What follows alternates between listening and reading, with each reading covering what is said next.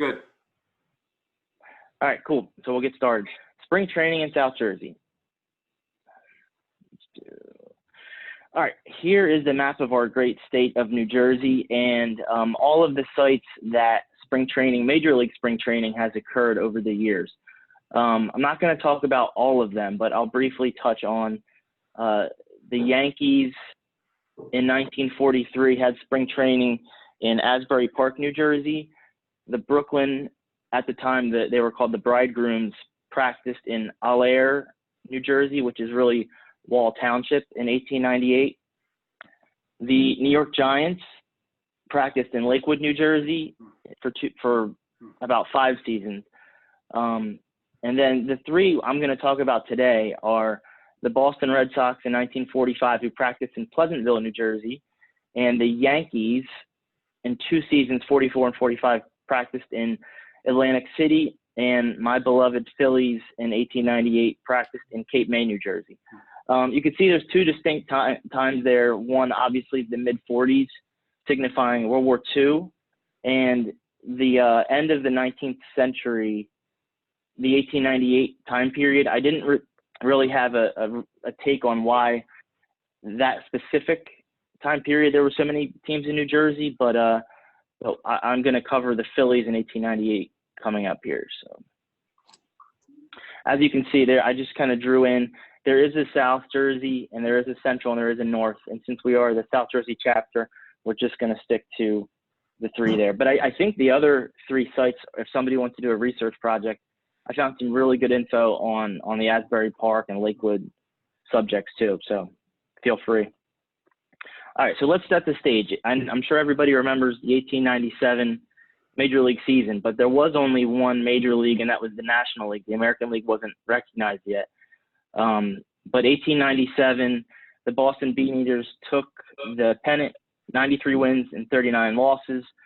Our Philadelphia Phillies, as they were oftentimes, were towards the bottom of the league, 55 and 77.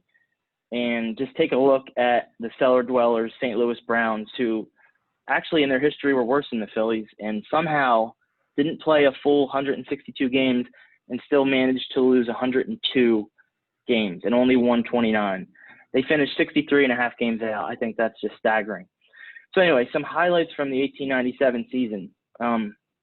Fellow by the name of Napoleon Lajoie, I'm sure a lot of you know him, one of the greatest players of all time, played his first season in the major leagues. He was 22 years old, and he played for the Phillies. Believe it or not, I didn't even know that Nap Lajoie was on the Phillies. But his first full season, he led the league in slugging and total bases. He played a partial season in 1896. 97 was his first year, but he instantly became one of the best players in the league.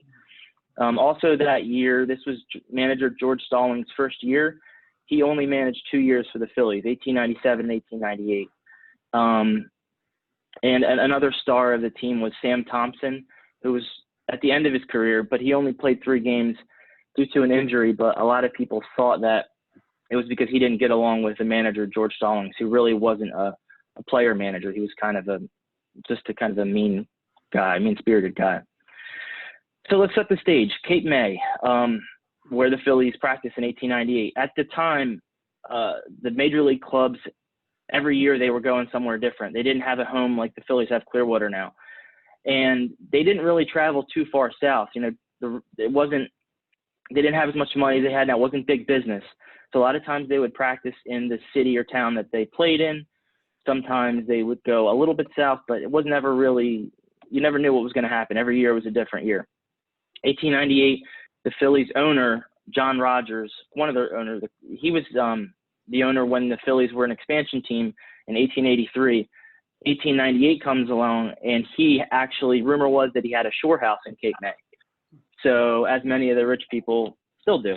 And if you're the owner of a team, why not have your team practice down the street from you in Cape May? So the Phillies went to Cape May to set a kind of a timeline of where we were in Cape May at the time. In 1766, it was built as America's first seaside resort. People were vacationing there before the turn of the American Revolution. In 1863 is what really turned Cape May into something a lot bigger with the Tuckahoe and Cape May Railroad that connected Philadelphia to the shore, and it really kind of took off as a tourist destination, and especially in the summer. It kept growing in popularity until 1878 when a terrible fire destroyed 35 acres of Cape May. And they were actually on a path to become almost like Atlantic City. They had a lot of bigger resorts, but this fire destroyed a lot of Cape May. And when they rebuilt it, they made the conscious decision to kind of rebuild in a quaint way. They built a lot of Victorian houses. So a lot of the houses, if you go to Cape May, New Jersey now, that you see down there are that were built directly after this fire of 1878. And they kind of maintained their stature as a family-friendly, smaller beach town and kind of shifted away from what Atlantic City was doing, which I'll talk about later. Okay, and then in 1976, it was deemed by the government a National Historic Landmark. The picture there is from Congress Hall back in the 19th century. It still stands today, as all of you, I'm sure all of you know, Congress Hall in Cape May is a very historic place. The field actually in front of Congress Hall that we're looking at is one of the places that the Phillies played for spring training. Their hotel was just a few blocks away. So they played here and they played at a ballpark on Columbia Avenue, which I couldn't really locate, but the newspaper said both of these grounds were a couple blocks away. So if you ever go to Congress Hall, take a look at the grass, and you could picture Nap Lajoie and Sam Thompson and Ed Delahanty playing on the field. It's pretty cool. So on March 15th, 1898, the Phillies gathered in Camden, New Jersey at the Market Street Ferry, and they headed on the West Jersey Railroad to head down to Cape May.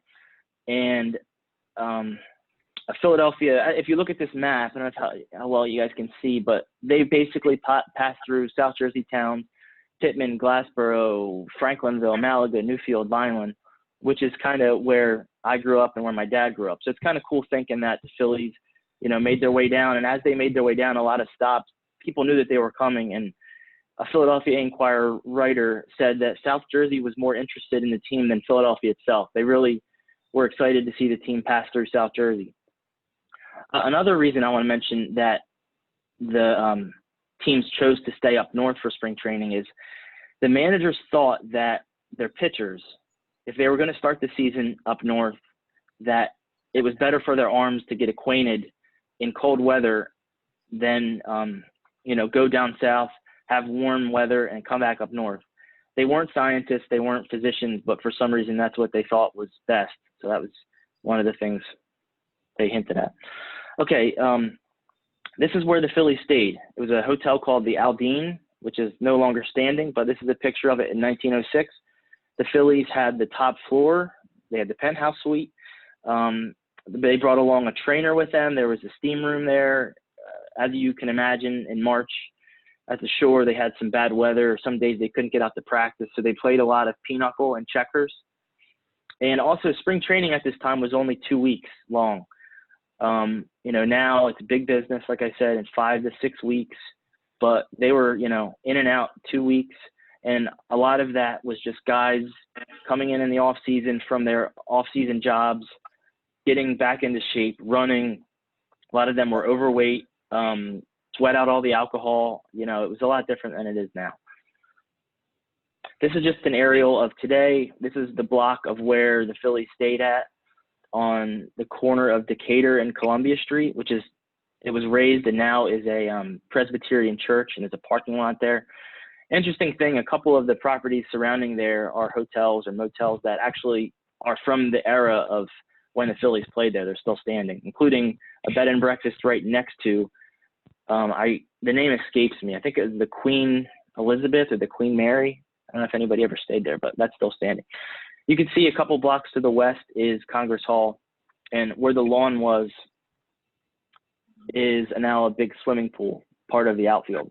So I wanted to mention some notable 1898 Phillies. I mentioned how bad they were the previous year, but it's shocking how many stars were in Cape May, New Jersey, and legendary baseball players. So I'll touch on a couple of them. This gentleman, Elmer Flick, I didn't really know too much about him being in the dead ball era, but he got his professional debut in Cape May, New Jersey, believe it or not. He was not in the major leagues, and manager George Stallings kind of scouted him and found him and offered him a contract to play for the Phillies in 1898. He accepted. He was originally going to be just a reserve outfielder, but he ended up taking legendary player Sam Thompson's place in 1898 after Sam Thompson went down with an injury. And he was really the talk of this spring training. He turned everybody's heads. He was an outfielder, really great player. Scroll down here. Rattle off some numbers. His first year, he hit .302 with 8 home runs, 13 triples, 81 RBIs. All right. Second one I want to mention here, Nap Lajoie, legendary Nap. He was a first baseman his first year. This was his second year in 1898, and they wanted to work him out at second base. So that was where he played for the rest of his career, for the most part. And I also didn't know that he played for the Phillies. He was on the Phillies for parts of 5 seasons. He played 4 full seasons, and he was one of the best players in the league, along with Elmer Flick. And I find it interesting. I look at the Phillies Wall of Fame and the retired numbers, and neither of these gentlemen are even on the Wall of Fame, which, they played only 4 years there. But, there are a couple guys there who I love, like Jim Thome, played 2 full years. Roy Halladay, who everyone loves, didn't play as many years as these gentlemen, and they're on the Wall of Fame. So it might have been the way they left, which I'll touch on, but these guys definitely should be on it. Nap Lajoie is actually, if you look at the Phillies who've ever graced the Phillies uniform, has the highest wins above replacement of any Philly, and that's over his career. And that includes Mike Schmidt and all the legendary Ed Delahanty and Carlton and all those guys, believe it or not. Ed Delahanty was one of them. He was actually in his prime in 1898. He was before Babe Ruth and Lou Gehrig and Ty Cobb. He was considered the best hitter in baseball history, basically. It's short history, the major leagues. He dominated the 1890s. He hit over 400 3 times, led the league in slugging 4 times, captured 3 RBI crowns. He is on the Phillies Wall of Fame, but for some reason his number is not retired. Even though there were no numbers then, the Phillies still have retired Chuck Klein and Grover Cleveland Alexander, but for some reason Delahanty was left off. If you don't know his story, I'll just mention real quick that it was kind of a sad ending. When he was 35, he was playing for the Washington Senators, ended his career, and he was a bit of an alcoholic, and he was kicked off of I hope I get this right. He was kicked off of a train for being too drunk and got in a scuffle with, I believe, the conductor, and he stumbled onto a railroad bridge, and reports were that he fell off, but he may have gotten pushed off, so he met his untimely death at 35, actually, after a Hall of Fame career. Crazy. He was one of the Phillies' greatest players. And Sam Thompson, he was towards the end of his career. He was like 38, 39 at this time. Legendary player, played for the Phillies in Detroit, and he didn't play too much in 1898. I want to also mention Kid Elberfield, who this was his rookie year for the Phillies. He was not a Hall of Famer, but he was an interesting character. He was highly regarded as a prospect by the Phillies, and the Phillies signed him over another shortstop prospect by the name of Honus Wagner. So probably a bad decision on the Phillies' part, one of many that would happen over the next 150 years. But he was known as the Tabasco Kid, Elberfeld, because of his fiery temper. He was known for his ferocious verbal, sometimes physical assaults on umpires. On one occasion, he threw a lump of mud into an umpire's open mouth. Later in his career, he assaulted an umpire and was forcibly removed by police.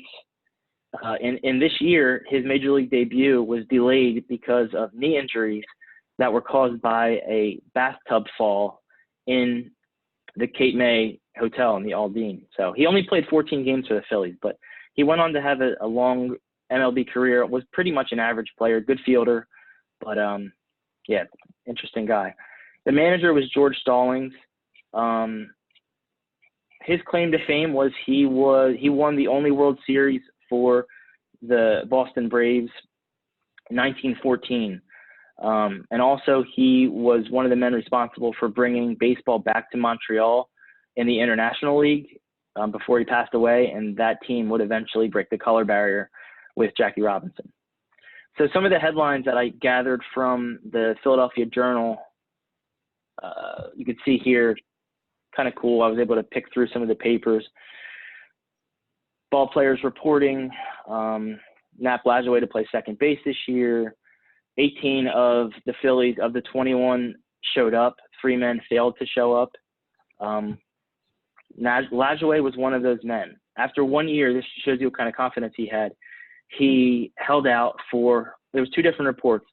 One report said that he wanted more money, this newspaper, and other places I saw online said that the Phillies wanted to put a temperament clause in his contract that if he drank to excess during the year, he would lose $300, and he wasn't happy about that. So he held out, and he didn't show up for practice. He eventually reported, as you see. But it was cool, like interesting for a 22-year-old. I don't know what everyone else was doing at 22, but had the wits about him to hold out. But the uniforms didn't show up. The chest of uniforms, for some reason, weren't delivered with the players, so they were SOL for the first few days. There was a couple articles, columns in the newspaper about give Lajoie what he wants. He's worth every penny. Kind of cool seeing back then the newspaper writers were doing similar stuff as they do now.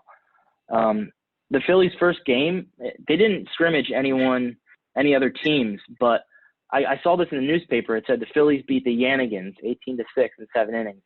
And I was like, the Yankees? Who are the Yankees? I had no idea. They actually had a box score in here. They had everything. And I didn't realize that the Yankees is basically the second team in, not the scrubs, but the non-starters. They called them the Yankees. And one of those players was Elmer Flick and really turned a lot of heads. So Lajoie still missing. And finally, Lajoie and his teammate Boyle report, and the team is now complete. Some bad weather, as expected, in Cape May kind of put a damper on things. But people in South Jersey and in Cape May went and saw a lot of the workouts. It's funny how some of the reporting in the newspapers, I used to be a writer in college, sports writer, and back then it was so funny. I'll just pull something out here. The Phillies welcomed Jack Boyle, who arrived at 11 o'clock. He looks a little heavy, but he says he's 6 pounds overweight. Like, it's very matter-of-factly and kind of like you would never see that in a newspaper nowadays. It's just kind of striking. You can see some headlines here. Phillies lose to the second team. Elmer Flick was making his name for himself. And the newspapers love reporting on when the Phillies took runs and walks on the beach. They took a lot of 6-mile walks on the beach of Cape May.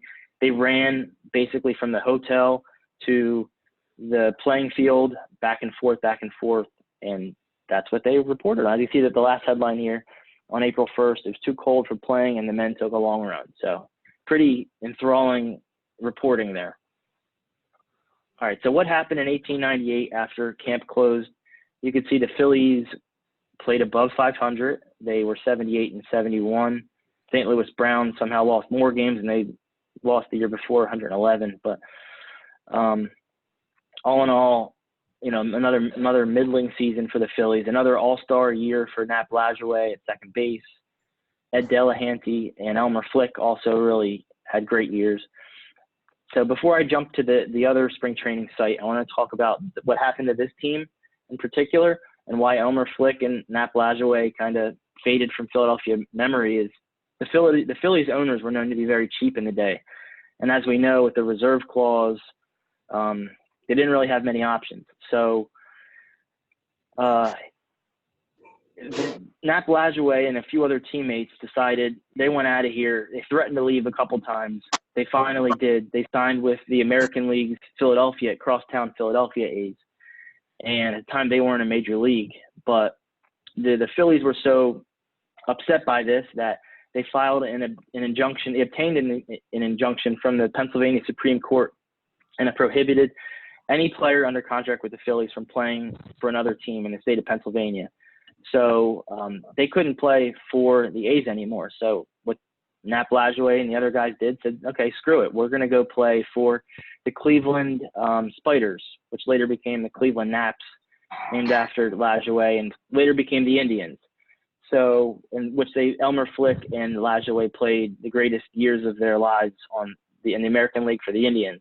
So just another sad part of Phillies history that they could have had for their careers, two of the greatest players of all time, but because they were cheap, they didn't. So, and eventually in 1903, the American League would be integrated with the National League. The modern World Series would start, and the American League were recognized. So they were back in the major leagues not shortly after. Okay, part two. Take a deep breath here. Sip of water. This next topic is kind of heavy. So as I said, Atlantic City and Pleasantville were the sites of the Boston Red Sox and the New York Yankees spring trainings in the 40s, 2 years in the 40s. Give you a background on USA involvement in World War II. I'm sure most of you know. 41, December, Pearl Harbor, U.S. enters the war. Kind of 42, really stuck in a mire of World War II, doesn't know what was going to happen. Tide starts to turn. 1943, a little bit, Italy surrenders. Normandy Beach in 44, and then we get VE and VJ Day in 45. The public opinion, as far as baseball goes, a lot of people thought that baseball should not continue and all efforts should go towards the war. FDR was getting along. FDR was a fan of. Sorry, you guys could mute, please. I hear somebody. Today? FDR was. That's great. Someone needs to be on mute. You could get used to that.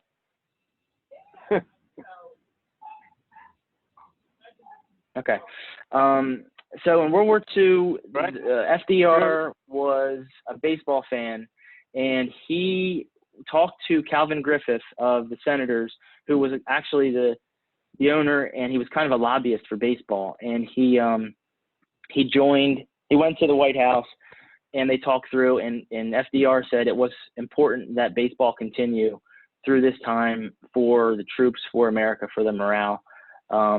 He called it the all-American distraction. And there were restrictions that were put on baseball during World War II. One thing being that north of – excuse me, could whoever's talking, could you please mute? Could you please mute? Hey, Justin, I'm going to try to mute everyone except you, so I'll try to mute them. Okay, thanks. Okay, so in 1945 – that's okay. losing my train of thought here. Okay. I think that did it, Justin. Go ahead. Thank you, Jim. Yep. Okay. So Calvin Griffith, FDR says that spring training can still happen, but it has to happen north of the Potomac River and east of the Mississippi River. So everyone's scrambling to change where they're going. There was a restriction on gasoline to conserve, and also they didn't want people using the railroads as much, because they wanted it to be used to transport troops. It's interesting, Calvin Griffith was just the subject of the Minnesota Twins are taking his statue down. I don't know if you guys heard. Oh, it just came out yesterday, but okay. This is a map of in 1945 from the Sporting News of where all the other clubs were situated. As I said, Yankees in Atlantic City, Red Sox, Pleasantville, a couple other things of note here. The Phillies were in Wilmington, Delaware, not too far away. The Giants in Lakewood. Some Dodgers were in Bear Mountain, New York. Excuse me. The Yankees actually in the first year that this happened were in 1943 were in Asbury Park. And they enjoyed their time in Asbury Park, but the problem was that weather was terrible, and their indoor facility was Asbury Park High School, and it was a basketball gym, and the ceilings weren't high enough, and the facilities weren't good enough. So Atlantic City offered them something different, Also, I'll mention Atlantic City in the next slide. It was really a hub of training, and a lot of soldiers were stationed there. And it was a chance to bring the nation together and give the soldiers some entertainment and kind of spruce up the city and the morale for everybody. So Atlantic City timeline, very similar to Cape May. In the mid-1800s, the first public trains were available to go from Philadelphia down to Atlantic City. It became a family resort at first, people going down there to enjoy the summer, and then it really changed and some bigger resorts were being built. The golden era of Atlantic City happens, people say 1920, when Prohibition starts. The picture there is actually from there was an organized crime convention in Atlantic City on the boardwalk. It's just crazy that all the mobsters and guys from across the country organized in 1929 came to Atlantic City. This picture has Nucky, I always get them confused, Thompson or Johnson. One of them's from Boardwalk Empire. One of them's the actual guy. The guy in the top hat was the political boss of Atlantic City, and he's standing with Al Capone. So a lot of as Cape May was family friendly, Atlantic City became this other thing. In 1942, it became a training and recruiting base for the Army during the war. It was referred to as Camp Boardwalk. It served as basic training for the Air Corps and the Coast Guard. And as we look at Atlantic City over time, World War II really signified the end of Atlantic City's greatness. Actually, post-World War II is when a lot of American families were able to have better jobs, better pay, better access to automobiles, and people stopped taking the trains when they could just hop in their car and go to wherever vacation and go to Florida if they wanted to. The interstates were being built and commercial air travel was happening. So Atlantic City from the mid 40s to 1976 was kind of stuck in a rut. And in 76, we get the gaming referendum that legalizes casinos, and Atlantic City has changed forever. Where do the Yankees practice? They practiced on Bader Field, which was named after the former mayor of Atlantic City, Ed Bader, who purchased the land. It was Atlantic City's municipal airport for a long time. And what should I mention? They had Charles Lindbergh visited there, Amelia Earhart, very popular, good location as far as where it is in relation to Atlantic City. There was a baseball field, as you could see in the that'd be the eastern corner, I guess, southeastern corner, that was built for a Negro League baseball team. And a really good case study. I recommend, if somebody wants to do a research on them, the Atlantic City the Bacharach Giants was their name. And they played there, and the Yankees found it suitable for their purposes, and that's where they decided to have their spring training. This is Bader Field now. You can see Atlantic City more built up. The airport, the airstrip is no longer used. It's held privately now. The stadium there is Bernie Robbins Stadium. As many of you, I'm sure, have been to Atlantic City surf games, no longer play there. I know that Atlantic City was trying to bring back minor league baseball. I wish they could, because I've been to a few games there and it was really fun. It's hard to sustain minor league baseball there, but hopefully they can figure something out. Last time I was at Bader Field, there was, funny enough, a Metallica concert on here like 10 years ago, and I went there. So that's my experience at Bader Field. This is a picture of Bader Field during the Yankee spring training. They built a grandstand that held about a couple thousand fans. They built that press box you can see behind that was heated, and it accommodated 50 writers. It just highlights how important the newspapers were back then. Indoors, when weather got bad, the Yankees were able to practice at the Armory.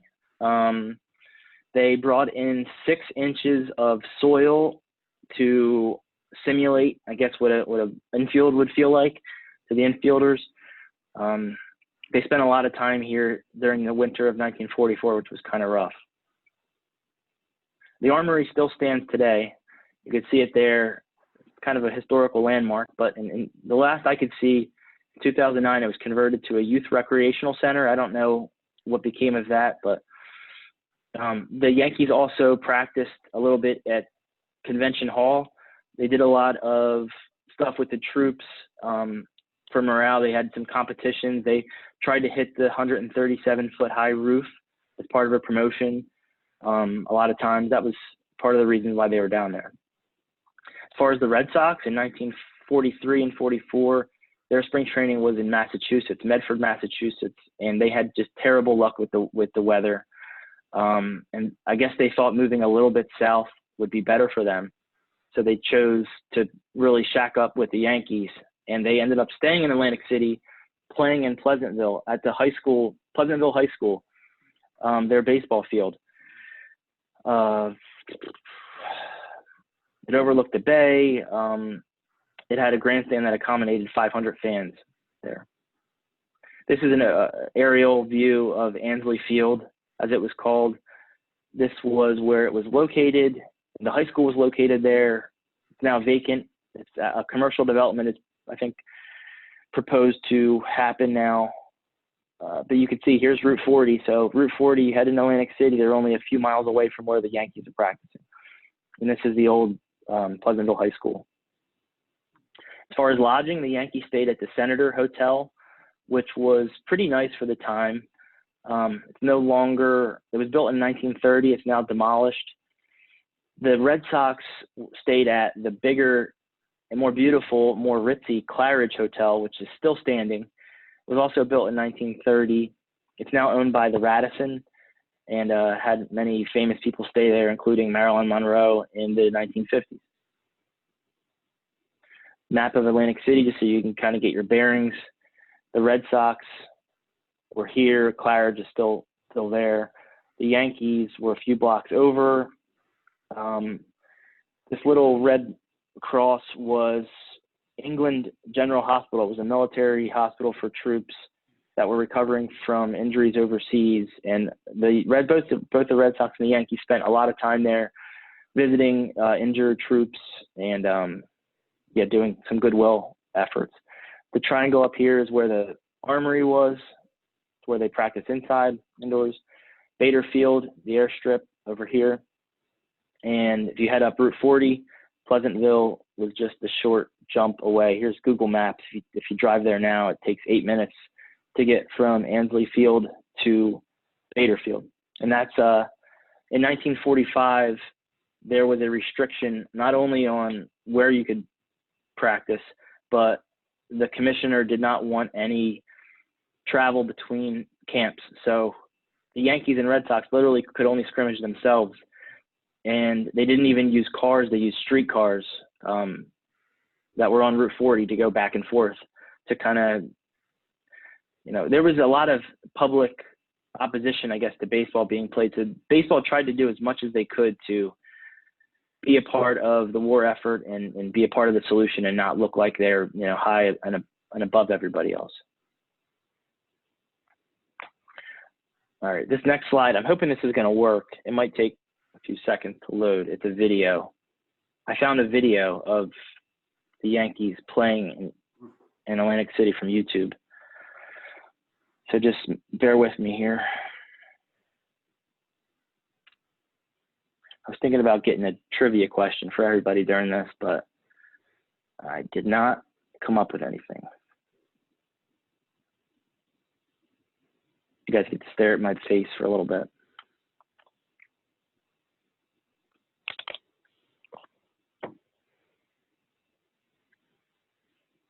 There you go.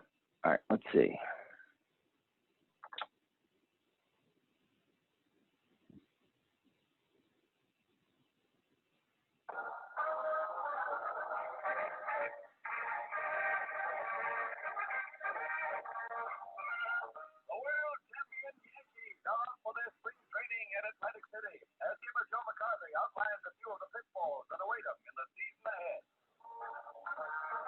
Item of business is to limber up the old soup bowl.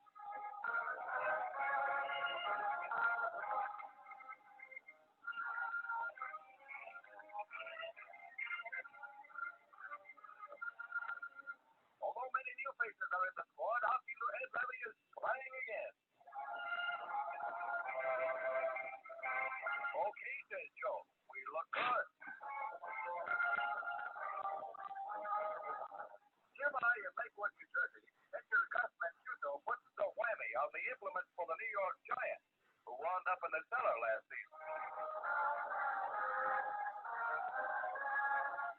The Giants are climbing already. Manager Mel Ott is loaded with problems, but he's collected a likely-looking squad. Anyway, okay. Okay, the next was about the Giants, but pretty cool that we saw some. Were you guys able to see that? Yeah, worked well. Cool.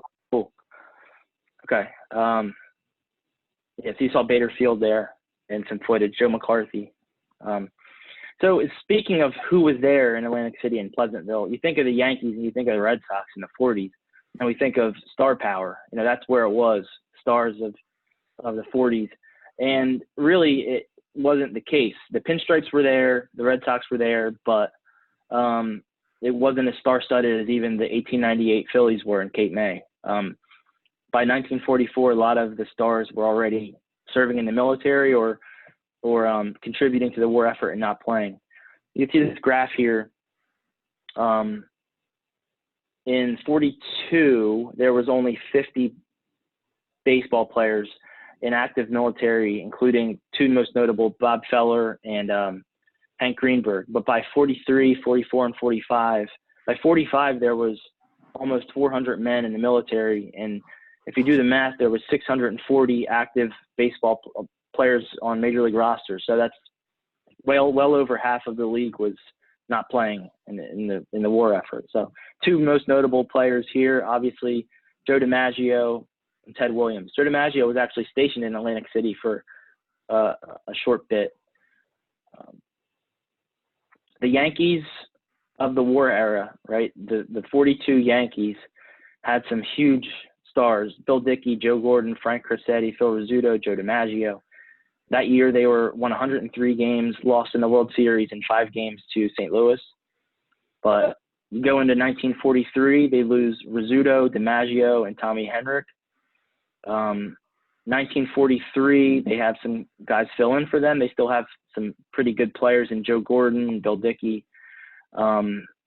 They win the World Series, their 10th World Series in 1943, and won 98 games, beat St. Louis. But after the 1943 season, going into the offseason where they would practice in Atlantic City, they lose Bill Dickey, Joe Gordon, Billy Johnson, Frank Crosetti, and Charlie Keller. And this is what the lineup looked like heading into Atlantic City. So this is who was there for the most part.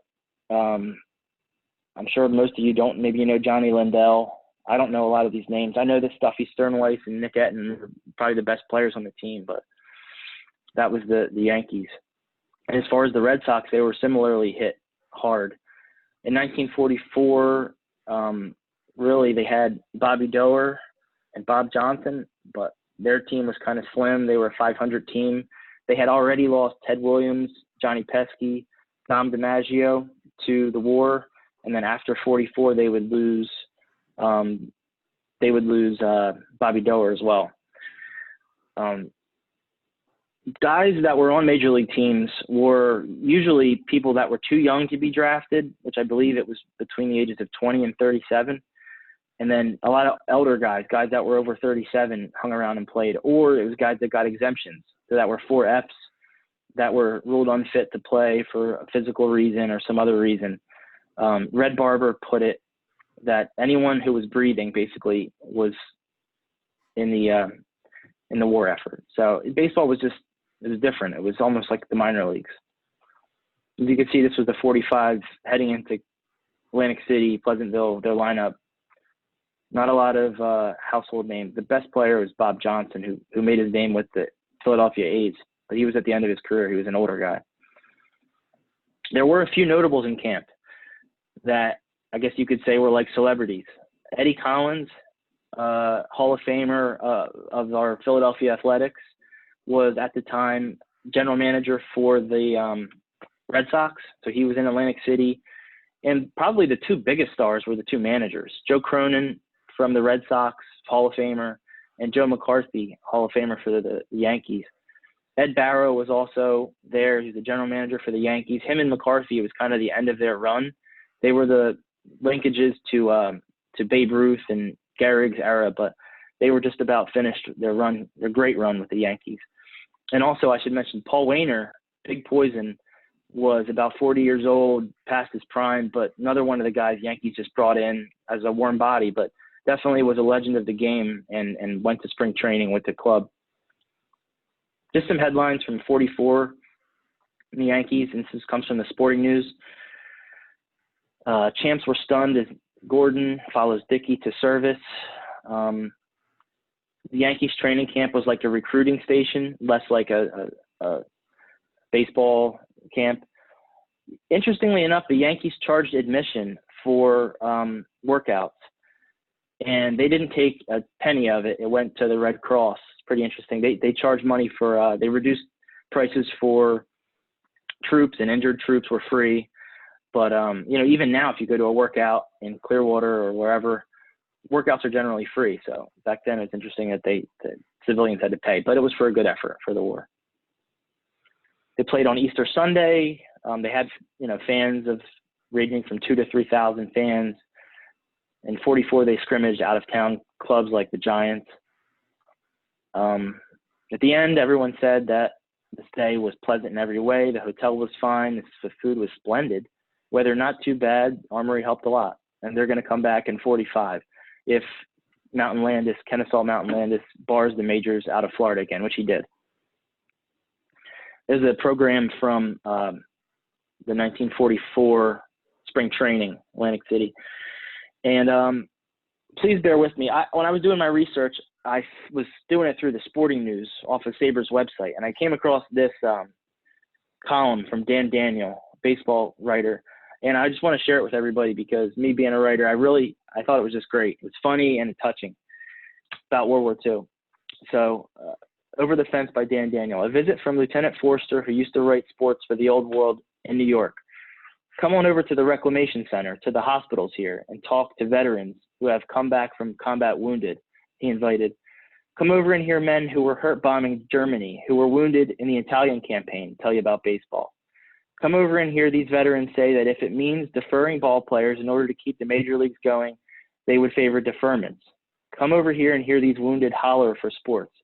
You watch the Yankees a couple hours, then you walk the boardwalk, you see 10, 20, 40 young men in groups trying to get their land legs back after weeks and weeks in hospital beds, young men fighting to get back to war. You see the Army men march on the beach, and you see the waves drill on the walk. And then you see a plane zoom down and shoot at a target just off the boardwalk, not so far out on the Atlantic. You hear the gunfire out there, staccato, accurate. You see things that mean war, and blood and wounds and legs amputated. And then you hear the wounded shout for baseball. You listen to one of the boys get all excited over the failure of the Cubs to win a pennant in recent years. He's from Chicago. He got his at the Anzio beachhead, a few slugs in the thigh. But at the moment, Anzio is far away, and the slugs do not bother him. He is violent against the management of the Cubs. They have the dough and seem to spend it, but what's wrong? He insists on being told. So that was just great. Very well written. He was a great writer, this Dan Daniel. I read a lot of his stuff, but really touching. And it kind of just, played to the sentiment that baseball was important during this time for soldiers and just the general public. Okay, so the 1945 spring training. This was a time of transition, as I said, for the Yankees. Colonel Jacob Rupert, who was the owner of the Yankees through Murderers Row and the Ruth years, he had passed away, and his estate was sold to a group led by Larry MacPhail, who is the grandfather of the Phillies' current president, Andy MacPhail. So it was a time of change. Bombers, the first day in 1945, as I said, they lost even more men. They only had 9 guys practicing. They had 20 signed. That year, they weren't able to use the armory, but they used an airport hangar to practice indoors in 1945. Really funny story. The Red Sox rookie was looking for Pleasantville, New Jersey, and where they were working out, and he went too far down Route 4. He ended up at Bader Field and wandered into Yankees practice. And he was sent back up the road, and his name was apparently Bick Lickey, which I actually did some research, and I had no evidence of him in the majors, so he must have not have made the team. As you can see, the Yankees and the Red Sox both used Convention Hall that year for indoor activities as well. Some pictures from 45. This was the yearly visit from Calvin Griffith to President FDR. FDR, you could see in the black and white, looking very frail and weak. He would pass away only a few months later as the war wore on. But he got the nod to have spring training again and baseball again in 45. Picture in the middle is of McPhail with Joe McCarthy looking on in Atlantic City. There's some troops in the background. And the picture on the right is just some injured troops who were in Atlantic City kind of enjoying some baseball.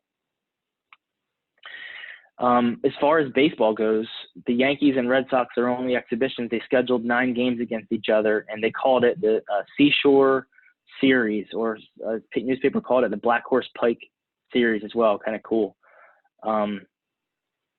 They kicked off the exhibition season March 29th. The Red Sox defeated the Yankees before a crowd of over 5,000 at Bader Field in Atlantic City. The weather in 1945 was great. It was very warm, and everything worked out really well for them. It was better than the previous year.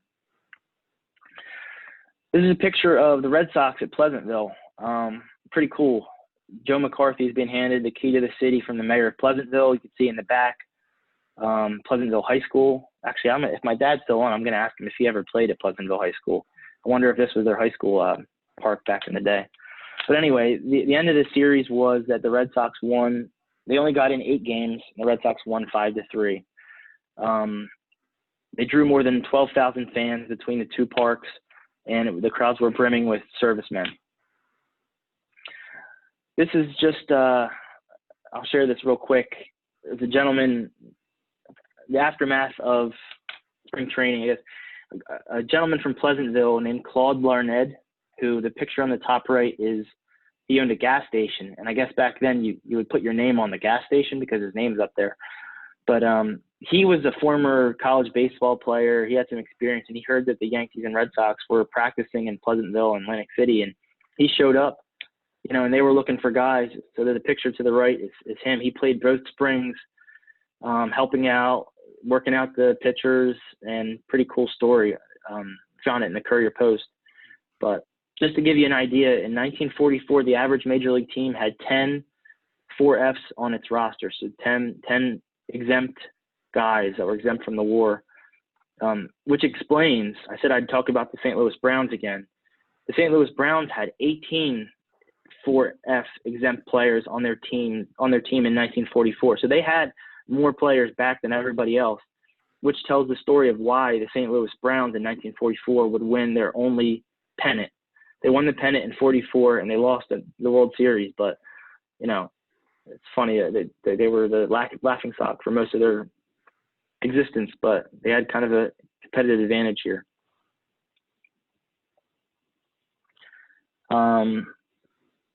Everyone's had good things to say about Pleasantville. Yankees or Red Sox had some nice things in the press.